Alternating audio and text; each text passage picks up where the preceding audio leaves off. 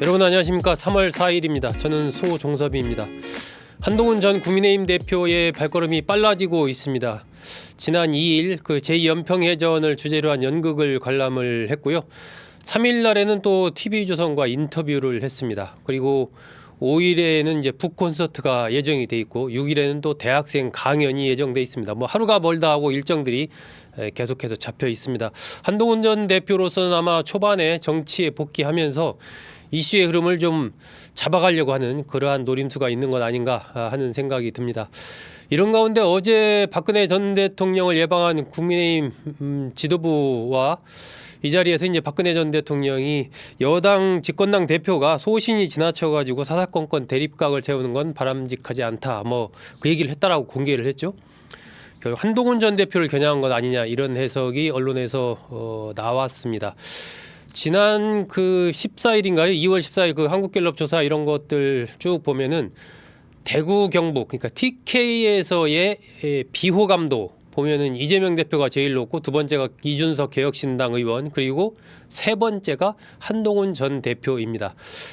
그때 보면 한 비호감도가 68% 정도 되거든요. 결국 한동훈 전 대표로서는 이 국민의힘 핵심 지지 세력의 본진이라고 하는 이 대구 경북에서의 이 흐름을 또 어떻게 잡아가느냐 이것이 하나의 숙제인 것 같습니다. 이건 뭐 박근혜 전 대통령 문제만이 아니라 윤석열 대통령과의 관계 설정에서도 또 좌우되는 문제이죠. 그래서 오늘 주제를 한동훈, 윤석열의 강 건널 수 있을까 이렇게 잡아봤습니다.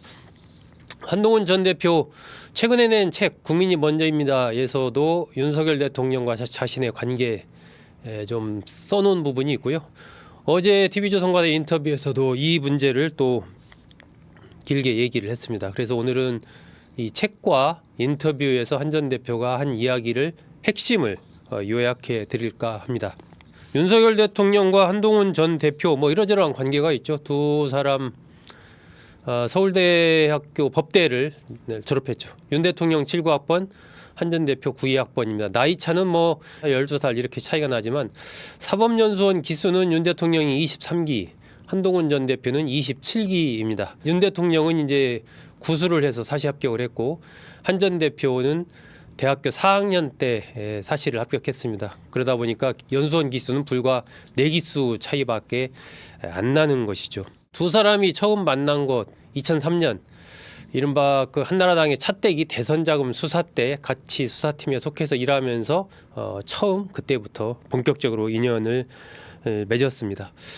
두 사람의 성격을 보여주는 건 뭐 소맥과 제로콜라다 이런 얘기도 있습니다. 윤 대통령은 이제 소맥으로 상징되는 술을 굉장히 많이 좋아하고 많이 먹는 그런 스타일이고 한 전 대표는 제로콜라로 상징되는 술을 안 먹는 그러한 스타일입니다. 차이도 좀 있죠. 자, 한 전 대표가 쓴 국민이 먼저입니다 라는 책에서 이 윤석열 대통령과 자신의 관계를 어떻게 썼는지 제가 한번 간단히 요약을 하겠습니다. 처음 윤 대통령을 안 것은 2000년대 초반이었다. 서로 공동체를 위해서 중요한 일을 하면서 자신의 임무에 충실했다. 여러 일을 함께 하면서 서로를 믿기도 했다. 좋은 기억들이 참 많다. 이런 얘기를 했습니다. 그러면서 공직자 윤석열에 대한 한 전 대표의 평가 이렇습니다. 공적인 마인드로 업무에 집중할 줄 아는 사람이었다. 이렇게 기술을 했습니다. 그래서 윤 대통령과 관계가 좀 틀어진 것이 심적 고통이 상당히 컸다. 이렇게 책에 썼습니다. 한 전 대표가 윤 대통령과의 관계가 뭔가 좀 이상하다 느끼기 시작한 것은 한 1년여 전이라고 합니다. 대통령의 변화가 느껴졌다. 엑스포 유치 실패 당시에 빚어졌던 여러 가지 논란이나 강서구청장 후보 공천 등을 보면서 내가 알던 그분이 맞나 하는 생각이 들었다는 겁니다. 이게 2023년 10월쯤 일입니다. 그때쯤에 이제 강서구청장 보궐선거도 있고 했으니까 아마 그 즈음에서 한 전 대표는 이게 좀 뭔가 이상하다. 내가 알던 윤석열이라는 인물이 맞나? 이때부터 좀 그런 생각을 했다는 거죠. 한 전 대표도 자신도 직원을 하는 것이 굉장히 불편했다. 그리고 굉장히 높은 벽을 느꼈고 때로는 절망감을 느낀 적도 많았다. 라고 책을 썼습니다. 그러면서 자신이 2023년 12월 말에 국민의힘 비대위원장을 맡게 된 것도 대통령의 부탁 때문이었다라고 얘기를 합니다. 자신도 처음에는 고사했지만 또 주변에서도 다 말렸지만 어려운 상황에서 보수를 구하고 대한민국을 구하겠다는 마음으로 비대위원장직을 당시에 수락을 했다라고 얘기를 하면서 그동안에 자신은 김경수 전 지사 복권 문제, 또 이종섭 호주대사 임명 문제, 특별감찰관 문제 등등과 관련해서 비공개로 이제 여러 차례 얘기를 했는데 그게 안 되니까 공개로 자신은 얘기를 한 것이다. 그래서 보통은 그런 경우에 이제 비공개로 얘기를 하고 거기서 그치고 나중에 일이 끝나고 나면 난 할 만큼 했다라고 얘기하는 그런 스타일이 있고, 그렇지 않고 공동체를 위해서 좋은 결과가 나오도록 해야 된다는 그런 생각에서 공개적으로 문제 제기를 하는 그런 경우가 있는데 자신은 후자라는 거죠. 그러니까 비공개로 여러 차례 얘기를 했는데 문제가 해결이 안 됐기 때문에 자신이 공개적으로 얘기를 한 것이다라고 그렇게 책에 썼습니다. 그러니까 왜 비공개로 얘기를 해야지 집권당 대표가 공개로 얘기를 해서 분란을 부추기느냐라는 그러한 비판에 대해서 자신의 항변이죠.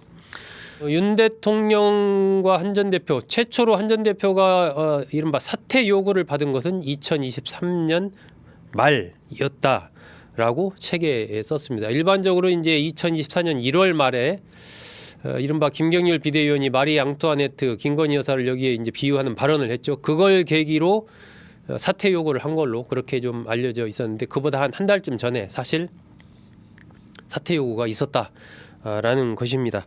대통령실 비서관이 연락을 와서 비대위원장 포기하고 법무장관직에서도 물러나라 이렇게 얘기를 했다라는 겁니다.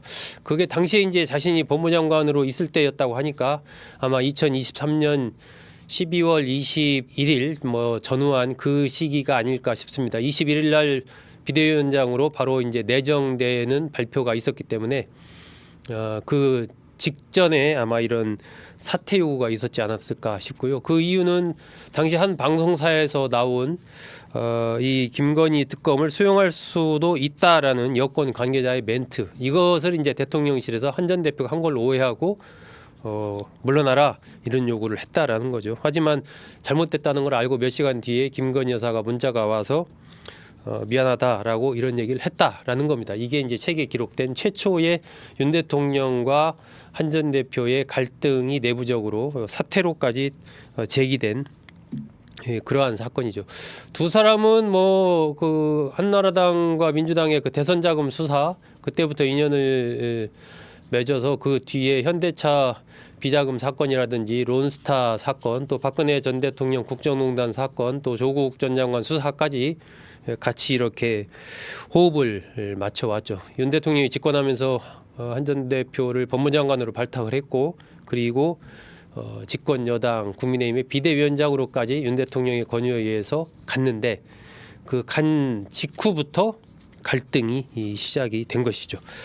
이것이 지금까지 이제 제가 말씀드린 것이 한 전 대표가 쓴 내용입니다. 윤 대통령과 관련해서 어제 이제 TV조선에서 한 전 대표가 인터뷰를 하면서 또 윤 대통령과의 관계에 대해서 얘기를 했습니다. 그걸 좀 요약을 말씀을 드리겠습니다. 우리가 서로 풍파를 많이 겪었다. 밖에서 잘 모르시는 그때마다 많이 지켜주고 서로가 도와주는 그런 관계였다라고 얘기를 하면서 인간적으로 대단히 고통스러웠다. 대통령에 대해서 그런 비판을 하고 또 이게 탄핵까지 연결되는 이런 과정이 굉장히 고통스러웠다라는 거죠. 저와 이러저런 관계가 있고 제가 가만히 있었으면 더 편하지 않았겠는가 이렇게 얘기를 하면서 저는 참 인간적으로 미안하게 생각한다. 하지만 더 많은 사람들이 직언을 하고 문제를 바로잡으려고 노력했어야 했다라는 그런 어떤 아쉬움 같은 거 이런 걸 토로를 했습니다. 그러면서 한 전 대표가 이재명 대표와 싸우는 것보다 대통령과 싸우는 게 더 많았던 거 아니냐 이런 이제 질문에 대해서는 정말 위험한 정권이 들어오는 것을 막고 대한민국이 잘 되고 보수가 잘 되기 위한 마음에서 그렇게 했다라고 얘기를 하면서 탄핵 등이 이루어지는 과정을 보면서 제가 정말 미움을 받겠구나 하고 생각을 했다. 하지만 내가 또 그렇게 하지 않으면 보수가 망하고 대한민국이 망하겠구나 그런 생각을 해서 자기는 얘기를 한 거다. 그걸 피하기 위해서 결단을 한 거였는데 그럼에도 불구하고 마음 아파하시는지 제가 잘 이해를 한다. 그러면서 미안하다는 말씀을 드리고 싶다라고 윤 대통령에 대한 어떤 완곡한 사과, 미안한 마음 이런 것을 표현을 했습니다. 그러면서 비상겸 사흘 뒤에 단둘이 윤 대통령과 만났을 때 무슨 얘기를 했냐 뭐 이런 거 관련해서는 그 당시에 그 여인영 방첩사령관, 곽종근 특수전 사령관, 이진우 수방사령관 등이 물러나야 된다라는 이제 그런 얘기를 했다. 그래서 당시에 윤 대통령이 군 인사는 그렇게 하는 게 아니다라고 얘기를 했는데 면담 끝나고 1시간 정도 지나서 교체를 했다라는 그런 얘기를 했습니다. 한 전 대표가 국민이 먼저입니다. 라는 책과 또 TV조선 인터뷰를 통해서 윤석열 대통령과의 관계에 대해서 이렇게 언급을 하면서 어떤 미안한 마음을 계속해서 표현을 하고 또 거리에서 지금 윤 대통령 탄핵 그 반대 시위를 하는 분들에 대해서 여러 가지로 좀 어떤 동병상련의 마음 이런 것들을 한 전 대표가 자꾸 표현하는 거. 이것은 결국 아까 제가 처음에 말씀드린 대로 지금 대구 경북을 중심으로 한 강성 지지층에서 한 전 대표에 대한 비호감도가 상당히 높습니다. 이런 문제를 극복하지 못하면 당내 경선 통과가 또 쉽지 않은 부분이 있는 거죠. 본선도 본선이지만 뭐 그런 측면에서 이제 한 전 대표가 계속해서 윤 대통령에 대한 어떤 미안한 마음, 하지만 자신은 공인으로서 집권당의 대표로서 그렇게 할 수밖에 없었다. 어떤 사적인 관계가 공적인 의사결정을 하는 데까지 이어져서는 안 되는 것 아니냐. 하지만 결과적으로는 그래도 미안하고 뭐 안타까운 그런 마음이 있다라는 이 스탠스, 이 자세를 계속해서 한 전 대표가 가져가고 있는 것이죠. 자신의 행동은 옳았다라고 얘기를 하면서도 하지만 결과적으로는 미안하다, 마음이 아프다 이런 얘기를 계속해서 하고 있는 것이고 그 자신의 그 행동은 보수를 위한 것이자 국가를 위한 그런 것이었다.